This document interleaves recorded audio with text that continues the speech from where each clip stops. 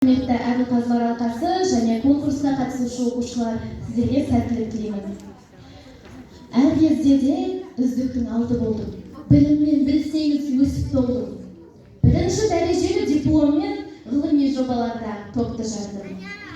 Сан қырыммен өзімді сынағанмын. Абай атам айтқандай жұмбақ жанмын.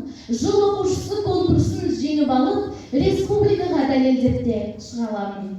Мағжан атам жастарға сенген еді, біздер үшін аянбай терлеп еді.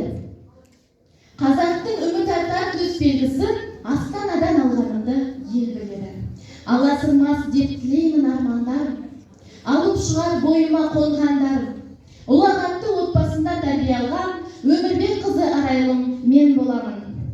Дей келе, жыл оқушысы конкурсына неліктен қатысып отырмын деген сұраққа жауап берсем, мен жалпы өзім ғылыми зерттеу жұмысымен айналысамын, және зерттеу жұмысымыз оң нәтижесімен тек бірінші дәрежелі дипломдармен марапатталып келеді. Осы жылы зерттеу жұмысымыз Қазақстан Республикасының 100 үздік ғылыми жобаларының қатарына енгізілді. Және білім өркениеті ғылыми инновациялық ғылыми орталықтың ұйымдастырылуымен елордамыз Астанада өткізілген "Мен сенемін жастарға" атты еліміздің 100 үздік дарынды оқушыларының форумына шақырту алып қатысқан болатынмын. Және Қазақстанның үміт артар атты төсбелгісімен куәлігімен марапатталып қайттым.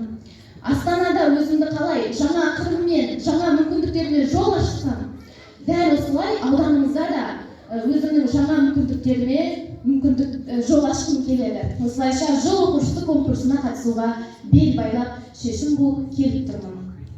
Рахмет.